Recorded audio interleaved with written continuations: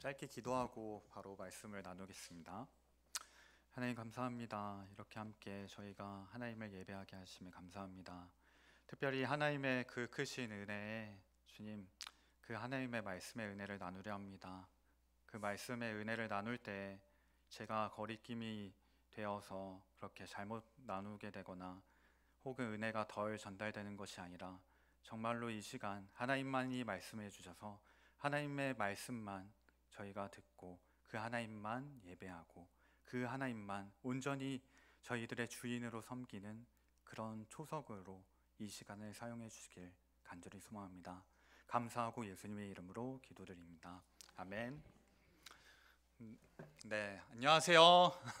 네, 아까 인사만 했다가 처음으로 말해보는 것 같은데, 네, 반갑습니다. 사랑하는 은곡교회 성도 여러분, 정말 이렇게 함께하게 되어서 너무도 반갑습니다. 그러면 본격적으로 말씀을 나누기에 앞서서 여러분에게 하나 질문해보고 싶은데, 너무 뻔한 질문이기도 한데 굉장히 답하기 어려울 수도 있어요. 뭐냐면, 여러분에게 예수님은 어떤 분이신가요? 오, 네, 감사합니다. 네, 마치 청년부에 있는 거, CC에 있는 것 같네요. 감사합니다. 그렇죠. 그리스도라고 말씀해 주신 것 같아요. 또 혹은 나를 위해 나와 항상 함께 하시는 분, 나와 동행하시는 분, 나를 도우시는 분으로 하거나, 그리고 나를 위해 죽기까지 사랑하신 분이라고 말씀하실 수도 있을 거예요. 그리고 사실 오늘 제목에 뭔가 힌트가 있는 것 같죠? 네, 맞아요. 예수님이 누구실까라고 물어봤을 때 너무도 안타깝게도 한편 날 위해 부활하신 분이라는 멘트는, 그런 언급은 잘 들어본 적이 없었고 저 역시도 그럴 때가 많았던 것 같아요. 예를 들자면 대학교 캠퍼스에서 청년 친구들에게 복음을 전할 때 항상 이 모든 것을 하나님이 만드셨고 저 해와 구름과 달과 그리고 당신을 만드셨는데 저것들보다도 당신을 너무도 소중하게 여기셔서 그렇게 사랑하셨습니다.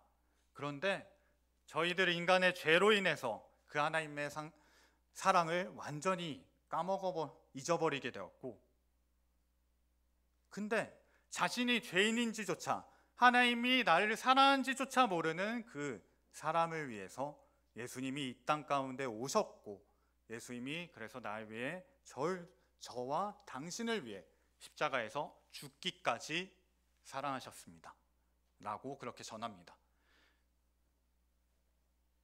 분명히 맞는 말입니다. 너무도 분명한 진리입니다.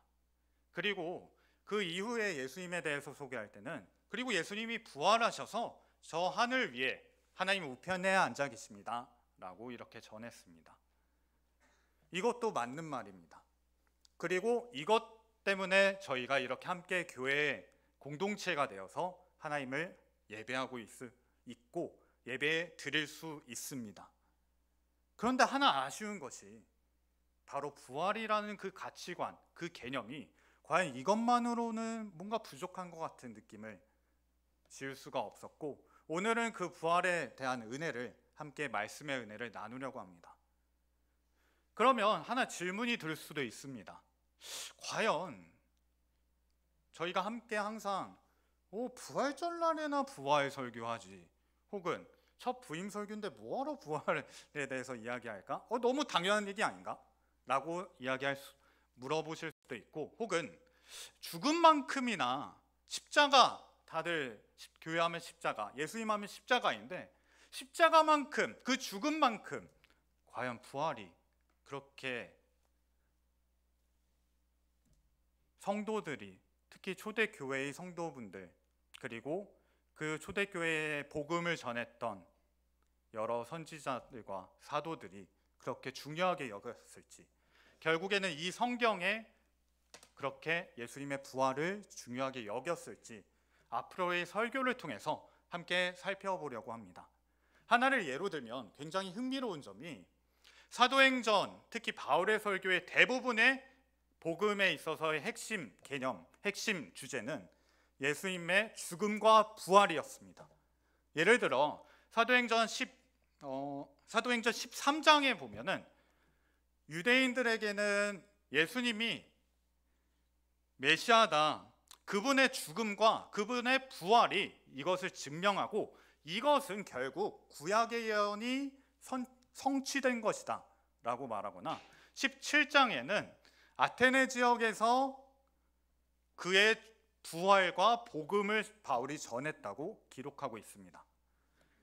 이렇게 특히 사도 바울이 예수님의 부활을 그 죽음만큼이나 중요하게 여겼다는 것을 얼핏 살펴볼 수 있는데, 그러면 부활이 그만큼 중요하다면 과연 오늘날 저희 성도들에게 갖는 의미는 과연 무엇일지 함께 오늘날의 대도시, 여기 서울인데 서울에 마치 서울과 유사한 그 당시 고린도 지역, 특별히 고린도 지역에 쓴 그 바울의 편지를 통해서 하나님께서 저희들에게 부활의 어떠한 중요성을, 그런 가르침을 주고 싶으신지 함께 말씀의 은혜로 나눠보도록 하겠습니다.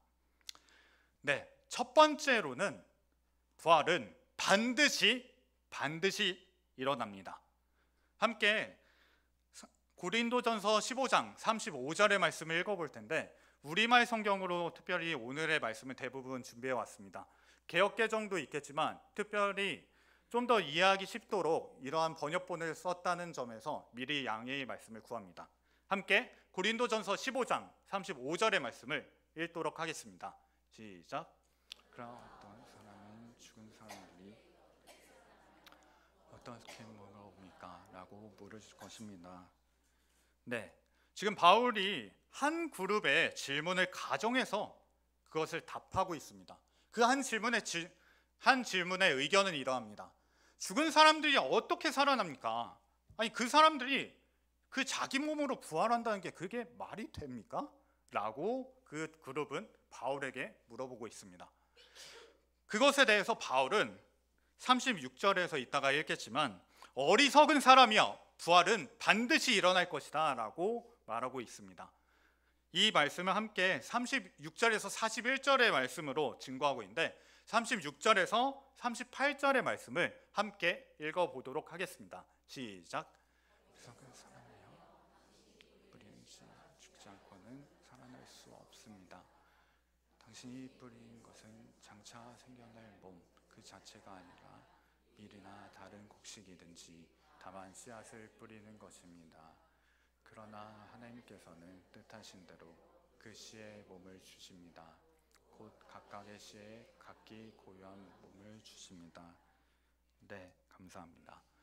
고린도 교회의 교인과 당대와 그리고 오늘날까지 굉장히 익숙한 비유입니다. 씨를 보고 그 씨가 어떠한 식물로 자라날지 예측할 수 있겠느냐라는 그런 바울의 비유를 볼 수 있고, 바울이 말하고 있듯이 씨를 저희들이 땅에 심거나 심을 당시에는 과연 이 씨가 어떤 식물의 형태를 가질지 그 봉투와 이름이 없다면 알 수 없습니다. 더 나아가 사실 씨가 죽었는지 살았는지조차 알 수가 없습니다. 그리고 씨라는 그 단어 표현에 있어서 굉장히 흥미로운 점이 있는데, 두 가지가 있는데, 하나는 바울이 지금 그 씨를 37절에서 수식하는 그 씨에 대한 표현입니다. 우리말 성경이 한글 개역개정 성경에는 잘 나와 있지 않아서 영어 성경의 버전을 두 가지 말씀을 드리면, 특별히 수식어구로 bear과 mere를 사용하고 있는데, mere는 죽은 상태의 그 씨앗을 강조하는 반면 bear은 나중에 자라나서 생명력이 넘치게 될 그 식물을 강조하고 있습니다.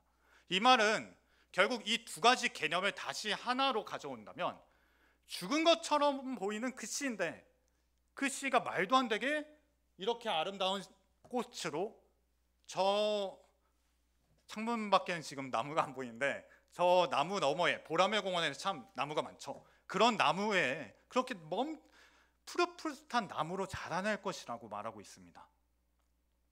근데 뭔가 모순처럼 보입니다. 아니, 죽었는데 어떻게 생명력이 넘쳐난다는 거지? 바로 바울이 의도하는 것은 그렇습니다. 그 씨 자체에는 생명력이 없는데 하나님께서 생명이시기 때문에 하나님께서 그 씨를 반드시 이렇게 풍성한 꽃으로, 잎으로 파릇파릇하게 만들 것이다 라고 말하고 있습니다. 그리고 또 다른 재미있는 점이 바로 씨라는 단어 그 자체입니다. 또 씨에서 37절에서 또 그 씨라는 단어가 우리 성경에는 씨라고 번역되어 있지만 사실 원어로 보면 저희 몸으로 그 씨를 가리키고 있습니다. 이 말은 결국 씨의 비유를 통해서 우리 몸이 부활할 것이라는 것을 더 분명하게 말하고 있습니다. 결국 하나님의 천지 창조, 창세기 1장과 2장의 초반부를 생각나게 합니다. 하나님께서는 아무것도 없는 가운데 이렇게 생명력이 모든 것이 넘쳐나는 그런 아름다운 창조 세계를 만드셨습니다. 하나님께서 죽은 것처럼 보이는 씨에서 놀라운 식물을 만드실 수 있다면 그분은 분명 죽은 자를 일으키실 수 있고 인간에게 새로운 몸을 주실 수 있다고 말하고 있습니다. 다음은 39절에서 41절의 말씀입니다. 함께 읽도록 하겠습니다. 시작. 육체가 다 같은 육체가 아닙니다. 사람의 육체가 다르고 짐승의 육체가 다르고 새의 육체가 다르고 물고기의 육체가 다릅니다. 또 하늘에 속한 몸들이 있고 땅에 속한 몸들이 있습니다. 그러나 하늘에 속한 몸들의 영광이 다르고 땅에 속한 몸들의 영광이 다릅니다. 해의 영광이 다르고 달의 영광이 다르고 별들의 영광이 다르고 별의 영광이 서로 다릅니다. 아멘. 이 역시 다른 비유로 지금 바울이 그 아까 처음에 질문했던 그룹들로 하여금 결국 고린도의 모든 교회 그리고 앞으로의 모든 성도들에게 부활이 반드시 일어날 것이라는 것을 변호하고 있습니다. 이 역시 창세기 1장이 하나님의 천지 창조를 떠올리게 합니다. 창조된 순서의 맨 마지막이었던 인간으로부터 시작해서 짐승, 새와 물고기 그리고 하늘과 그 땅에 있는 것들 그리고 해와 달과 별들로 이렇게 역순으로 진행하고 있습니다. 무엇이 부정하고 무엇이 긍정적인 것이 아니라 다 긍정적인 분위기 속에서 육체와 영광이 단어가 함께 사용되면서 각기 종류대로 형상과 영광을 지녔다고 지금 바울이 말하고 있습니다. 아까와 똑같습니다. 다만 다른 것은 하나님께서 만물을 각기 다양한 모습으로 그렇게 아름답게 창조하실 수 있다면 그분은 분명 죽은 자를 일으키실 수 있고 인간에게 새로운 몸을 주실 수 있다고 바울은 말하고 있습니다. 결국 부활은 반드시 일어납니다. 두 가지로 죽은 씨에서 생명력이 넘쳐나는 그런 식물을 자라게 하는 하나님 덕분에 그리고 그렇게 다양한 객체가 정말 그 개성대로 그 아름다움을 창조하신 그 하나님 덕분에 결국에 그 모든 이유가 하나님 덕분이었고 그 모든 이유가 하나님의 은혜 덕분에 부활은 반드시 일어난다고 바울은 지금 고린도전서 15장 35절부터 41절까지 말하고 있는 것을 저희는 볼 수 있습니다. 자, 그렇다면 여기서 또 질문이 하나 생깁니다. 부활이 만약이 아니죠. 정말로 일어난다면 과연 어떤 모습으로 일어날까를 42절과 44절의 말씀을 통해서 함께 볼 텐데 여기서 두 번째 교훈이 등장합니다. 두 번째는 부활은 영광스럽습니다. 저희들이 상상하지조차 못할 정도로 부활은 너무도 영광스럽습니다. 42절부터 44절의 말씀을 함께 보시면 읽진 않을 텐데 심고 다시 살아나며 라고 개역개정으로 4번 반복돼서 표현됩니다. 근데 이 개역개정 번역보다는 수동태의 의미를 살려서 제가 개인적으로 번역해보면 심기고 다시 살아나게 되다라는 표현이 지금 4번 반복돼서 사용되고 있습니다. 그리고 그 주체는 썩을 것이 심기고 썩지 아니할 것이 다시 살아나게 될 것이고 욕된 것으로 심기고 영광스러운 것으로 다시 살아나게 될 것이고 약한 것으로 심기고 강한 것으로 다시 살아나게 될 것이다 라고 계속해서 바울은 지금 반복하고 있습니다. 이 역시 창세기 3장의 말씀을 떠올리게 합니다. 인류의 대범죄 사건, 소위 선악과 사건이죠. 제가 선교단체에 있을 때 제 순원 친구 중에 한 친구는 나중에 천국에 가면 제일 먼저 보고 싶은 사람이 아담이라고 하더라고요. 아담한테 왜 선악과 따먹어서 이렇게 우리에게 죽도록 고생을 시켰냐고 그렇게 말했던 친구가 생각이 나는데, 네, 맞아요. 하나님께서 분명히 아담을 하나님의 형상으로 창조하셨고 하나님의 대리 통치자, 하나님의 역할을 대신 수행하는 그런 엄청난 영광과 엄청난 특혜를 받았음에도 아담은 하나님의 언약을 어겼습니다.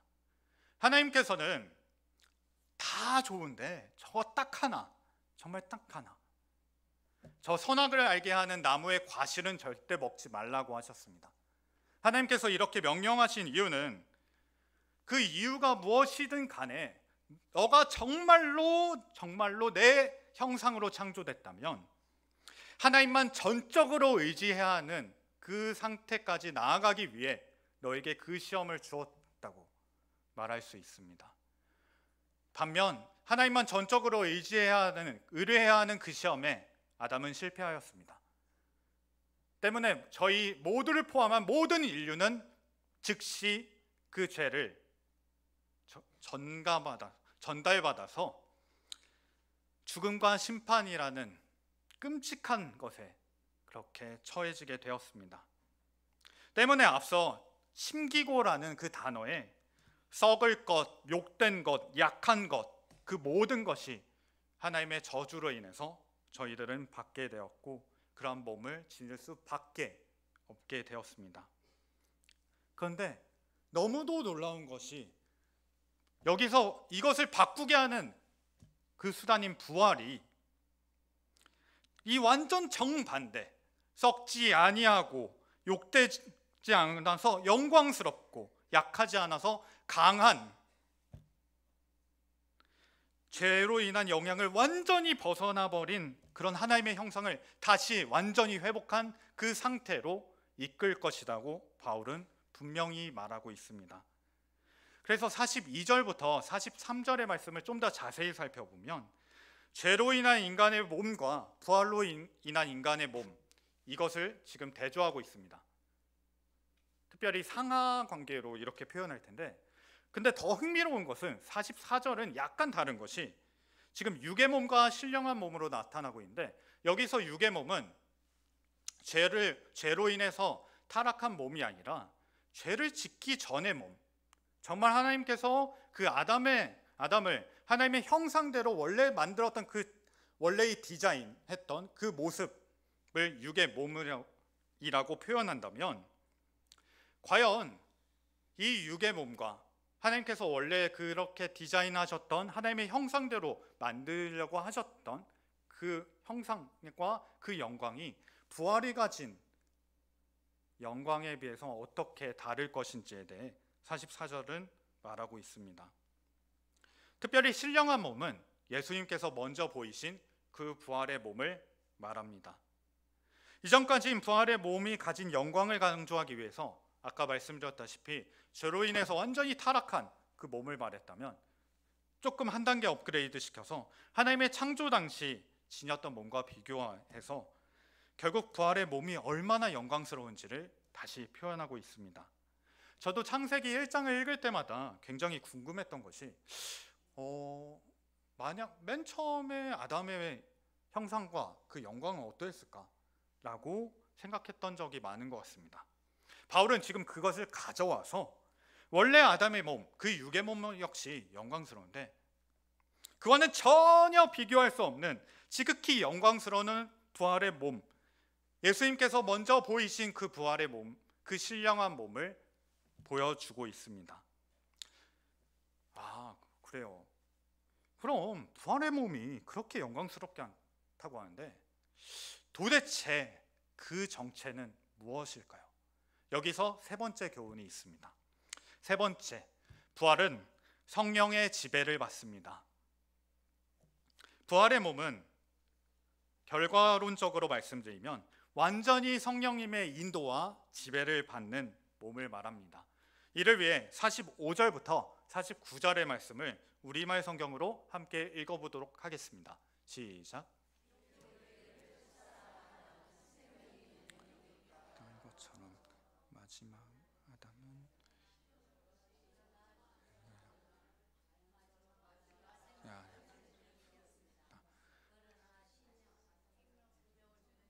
네, 됐습니다. 진정한 영주 먼저가 아니라 자연에 속한 것이 먼저이며 그 다음이 신령한 것입니다. 첫사람은 땅에서 났으므로 흙에 속한 사람이나 둘째 사람은 하늘에서 왔습니다. 그 흙에 속한 사람들과 같이 저 흙에 속한 사람들도 그러하고 그 하늘에 속한 사람과 같이 저 하늘에 속한 사람도 그러합니다. 우리가 흙에 속한 사람의 형상을 입은 것처럼 흙에 속한 사람의 형상을 입을 것입니다. 아멘. 감사합니다. 45절 역시도 창세기 2장 7절의 말씀을 인용하고 있습니다. 하나님의 형상대로 지어진 그 아담, 타락 이전의 아담은 생명이 있는 영이었다라고 말하고 있고, 마지막 아담, 예수님은 생명을 주는 영이라고 이렇게 대조해서 표현하고 있습니다. 부활하신 예수 그리스도는 자신의 백성에게 참 생명인 곧 하나님을 주신 분입니다. 우리 다들 아시는 말씀인 요한복음에도 영생은 참 하나님과 그 아들 예수 그리스도를 아는 것이라고 분명히 말하고 있죠. 첫사람 아담은 하나님과의 언약을 파기했습니다. 하나님과의 언약을 소중히 여기지 않았습니다. 너무도 안타까운 것이 사탄이 그때 아담과 하와에게 유혹한 것은 너가 하나님처럼 될 것이다 였습니다. 근데 너무도 역설적인 것은 그 당시 그 누구도 아담과 하와보다 하나님 같은 존재는 없었습니다. 왜 그러냐면 아담과 하와는 하나님의 형상으로 창조되었었기 때문입니다. 하지만 그것에 만족하지 못하고 결국 그 인간의 탐심으로 인해서 그렇게 언약을 전혀 소중히 여기지 않게 되었고 자신이 죄인인지조차 하나님이 살아계신지조차 모르게 되었습니다. 그런데 너무도 놀라운 반전은 마지막 사람인 예수님이 하나님과의 언약을 신실히 지키셨습니다. 아니, 이보다 더 정확한 표현은 하나님이신 예수님이 스스로 그 언약을 목숨을 걸고 지키셨고 목숨을 잃으셨습니다. 그리고 오늘 설교와 같이 부활하셨습니다. 이 덕분에 고린도 교인들은 흙에 속하였지만 예수 그리스도에 의해 하늘에 속하게 되었고 그 형상에 걸맞는 부활의 몸을 입을 것입니다. 고린도 교회 이후에 2000년의 교회 역사 그리고 오늘날에 이르는 모든 성도분들 역시도 이 이유 딱 하나 때문에 엄청난 부활의 몸을, 그 영광의 몸을 입을 것입니다. 로마서 8장 11절은 이렇게 말하고 있습니다. 예수를 죽은 자 가운데서 살리신 이의 영이 너희 안에 거하시면 그리스도 예수를 죽은 자 가운데서 살리신 이가 너희 안에 거하시는 그의 영으로 말미암아 너희 죽을 몸도 살리시리라. 아멘 라고 말하고 있습니다. 성령님께서는 예수님을 죽은 자 가운데서 살리신 능력으로 성령님을 받은 저희 모두와 같은 그런 성도들에게 동일한 부활의 능력을 보증하셨습니다. 이걸 굉장히 저희들 식으로 표현한다면 성경은 이렇게 말한다고 볼 수 있습니다. 하나님이 성도인 당신을 분명히 엄청나게 영광스러운 모습으로 부활시키실 것입니다. 믿지 못하겠고요. 성령님을 보증으로 세워서 약속합니다. 그 어떤 약속이 하나님이 하나님 자신을 걸어서 약속할까요? 성령님께서는 하나님이셔서 아까 저희가 살펴보았던 그분의 특성, 썩지 않음, 영광스러움, 강한 것을 지니셨습니다. 앞서 부활의 몸이 가진 특성은 결국 성령님의 형상 덕분이고, 그 말은 결국 진정 하나님의 형상대로 완전해진 것을 말하고 있습니다. 이 말은 결국 하나님께서 정말로 기뻐하신 그 뜻에 완전하게 순종할 수 있고, 하나님만을 온전하게 찬양 드릴 수 있다는 것을, 그것이 부활의 몸이라는 것을 말하고 있습니다. 여기서 또 재미있는 것은 몸이 단순히 저희의 신체만 말하는 것이 아니라 저희의 영혼까지 포함하여서 곧 저희 인격의 전체를 말하고 있습니다. 저희 인격 전체가 하나님만을 온전하게 의뢰하게 되었다고, 그리고 그 의뢰하게 되었다라는 표현을 하나가 되었다라는 말과 거의 동일하기 때문에 하나가 되었다라는 말로 바꾼다면 저희 인격 전체가 하나님만 온전하게 완전히 하나가 되었다고 말하고 있습니다. 그 이유가 바로 성령님의 인도와 지배 덕분이라고 오늘 본문은 말하고 있습니다. 말씀을 정리하며 부활의 교훈 세 가지를 다시 한번 정리해서 말씀드리면, 첫 번째, 부활은 반드시 일어납니다. 하나님 덕분에. 두 번째, 부활은 영광스럽습니다. 예수 그리스도께서 먼저 보이신 것처럼.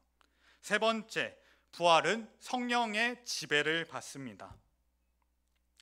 오늘 본문이 말하는 부활은 다들 아시다시피 예수님의 재림 때에 일어날 것입니다. 그렇다면 또 하나 질문이 되는 건, 오늘 하루, 지금을 살아가는 저희가 실천할 수 있는 것은 과연 무엇일까요? 여러 가지들이 있겠지만 전 특별히 고린도전서의 말을 빌리자면 보증된 부활을 향한 산 소망으로 살아가라고 말씀을 드리고 싶습니다. 고린도전서 15장 58절의 말씀을 함께 읽도록 하겠습니다. 시작. 그러므로 내 사랑하는 형제들아, 견실하며 흔들리지 말고 항상 주의 일에 더욱 힘쓰는 자들이 되라. 이는 너희 수고가 주 안에서 아니라. 아멘. 고린도전서 15장의 결론이자 고린도전서의 결론입니다. 여러 문제로 굉장히 혼란스러웠던 그 고린도 교회에 바울은 정말 사랑하는 마음으로 특별히 예수 그리스도의 부활과 그로 인해 주어지는 성도의 부활을 맨 마지막 결론부에서 강조하고 있습니다. 때문에 그것 덕분에 다시금 주님 뜻 안에서, 바라시는 그 뜻 안에서 열심히 살아가라고, 주의 일에 더욱 힘쓰라고 말하고 있습니다. 이 동력은 다른 것이 아니라 부활을 향한 산 소망입니다. 부활을 향한 산 소망 덕분에 하나님의 뜻에 온전하게 순종하며 살아가라고 오늘의 본문은 말하고 있습니다. 여기서 또한 흥미로운 것이 여기 산 소망이라는 표현입니다. 흔히 저희가 산 소망이라는 표현을 단순히 느낌적인 느낌으로 받을 때가 많습니다. 소망이라는 것은 과연 일순간 있었다가 사라지는 그렇게 불완전한 것인지 함께 살펴보려고 하는데, 베드로전서 1장 3절부터 4절의 말씀을 함께 우리말 성경으로 읽어보도록 하겠습니다. 시작. 기사는 인상신 주님을 따라 전하게 하시고 예수 그리스도를 죽은 사람들로부터 살리시어 산 소망을 얻게 하심으로 여러분을 위해 하늘에서 눈 썩지 않고 더러워지지 않고 쇠하지 않는 유업을 얻게 하셨습니다. 아멘. 네, 3절에서는 하나님께서 저희에게 산 소망을 얻게 하셨다고 말하고 있습니다. 4절은 하나님께서 저희에게 유업을 얻게 하셨다고 말하고 있습니다. 산 소망과 유업이 이렇게 긴밀한 관계를 지닌다면 성경에서 흔히 유업은 하나님 나라를 뜻할 때가 많습니다. 아까 성가대에서 그렇게 찬양해 주신 것처럼 마태복음 5장 산상수훈에 예수님께서 직접 말씀하셨죠. 결국 소망의 정체는 단순히 있다가 사라지는 그러한 느낌이 아니라 가장 먼저 하나님 나라를 가리킵니다. 결국 보증된 부활을 향한 산 소망은 지금 하나님 나라 안에서 살아가라라는 강력한 저희들을 향한 권면이자 도전입니다. 예수님께서 먼저 보이신 부활과 그 영광은 예수님 재림 때에 이루어질 것입니다. 하나님 나라도 그때 완전해질 것입니다. 그러나 예수님의 부활로 하나님 나라는 이미 임하였습니다. 따라서 성도인 저희들에게 언제나 어디서나 하나님 나라 안에서 살아가라고 성경은 말하고 있습니다. 일상을 하나님 나라 안에서 살아간다는 가치관은 꽤나 저희의 일상을 다르게 할 것입니다. 기독교계의 명작이라고 불리고 있는 예수님이라면 어떻게 하셨을까라는 책에서도 모든 일상 가운데 정말로 예수님이라면 어떻게 일하셨을까? 예수님이라면 이 인간관계를 어떻게 해결하셨을까? 라고 질문하면서 그 일상을 살아갑니다. 이것이 단순히 소설의 이야기가 아니라 지금 당장 여기서부터 구체적으로 오늘 이곳에 저를 통해 그 하나님의 나라가 이루어지게 해달라고 기도할 것이고 그 기도한 대로 살아가기 위해 발버둥 칠 것입니다. 물론 때로 넘어질 것이고 자주 넘어지고 자주 넘어져서 다시 울 수도 있고 그만큼 하나님께 다시 매달릴 수 있을 것입니다. 그러나 성경은 그것을 적극적으로 지지하고 있습니다. 구체적으로는 직장에 가셔서 성실한 업무로 그렇게 임하고 동료 한 명 한 명들에게 예수님을 믿던 믿지 않던 정말 올 한 해 어떤 기도 제목이 있는지 물어보고 같이 기도하자라고 말할 수도 있을 것입니다. 학교에서는 주어진 학업에 최선을 다하면서 경쟁 사회이니까 나만 잘하면 되지가 아니라 함께 학업에 임하는 그 학생들을 위해 기도하게 될 것이고 학생들과 함께 어떻게 하면 하나님을 알아갈 수 있을까라고 고민하며 함께 여러 가지 것들을 시도해 볼 수 있을 것입니다. 가정에서는 가정의 책임을 다하며 부부관계와 자녀 양육과 그리고 부모 공경을 통해서 이웃사랑을 실천할 수 있을 것입니다. 죽음을 집어삼킨 부활 생명은 결코 추상적인 개념이 아닙니다. 결코 단순한 느낌이 아닙니다. 말씀드렸다시피 분명한 실체로 그 실체는 하나님의 나라로 이미 이 땅 가운데 임하였습니다. 전적으로 하나님의 은혜로 나타났고 예수 그리스도에 의해서 주어졌고 지금 이 순간에도 성령님에 의해서 실천적으로 적용되고 있습니다. 사랑하는 은곡교회 성도 여러분, 올 한 해 성경이 말하고 있는 참된 부활 생명을 누리는 은혜가 있기를 간절히 소망합니다. 기도하고 말씀을 마치겠습니다. 하나님 감사합니다. 오늘 특별히 이렇게 하나님의 말씀, 특별히 그 부활 생명을 나눌 수 있게 하심에 감사합니다. 하나님, 앞으로 2025년이 정말로 그 부활의 생명의 한 해가 될 수 있도록 도와주셔서 성령 충만함이 피상적인 감정이 아니라 그 하나님 나라를 향한 그런 하나님 나라라는 것을 먼저 알고 하나님 나라를 향한 그런 동력으로서 저희들의 일상을 살아갈 수 있도록 이끌어 주시기를, 정말 하나님 한 분밖에 없다는 것이 우리 일상 가운데 표현될 수 있기를 간절히 소망합니다. 정말 감사하고 이 모든 말씀 지금도 살아계시고 앞으로도 영원히 살아계신 우리 구주 예수 그리스도의 이름으로 기도드립니다.